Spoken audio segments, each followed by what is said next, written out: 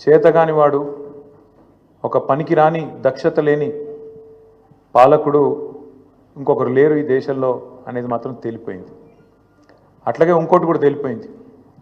ఏవైతే వీళ్ళు ఒక 420 హామీలతో అభయహస్తం అనే పేరు మీద ఇచ్చిన మేనిఫెస్టో, అందులో సబ్బండ వర్గాలకు కలిపి 420 హామీలు ఏవైతే ఇచ్చిండ్రో, కాంగ్రెస్ మేనిఫెస్టో ఈ శతాబ్దపు అతిపెద్ద మోసం అనేది కూడా తేలిపోయింది. అట్లాగే కేసీఆర్ గారు చిలుకకు చెప్పినట్టు చెప్పిండ్రు తెలంగాణ సమాజానికి.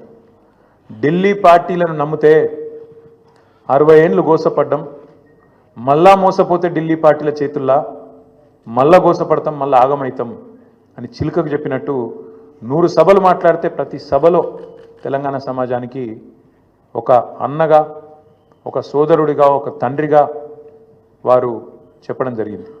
ఆనాడు ఎన్నికల నాడు కేసీఆర్ గారు చెప్పిన ప్రతి మాట, ఢిల్లీ పార్టీలను నమ్మితే ఆగమైతే తెలంగాణ అని చెప్పిన మాట అక్షర సత్యం అని చెప్పి ఇవాళ రుజువు అయింది.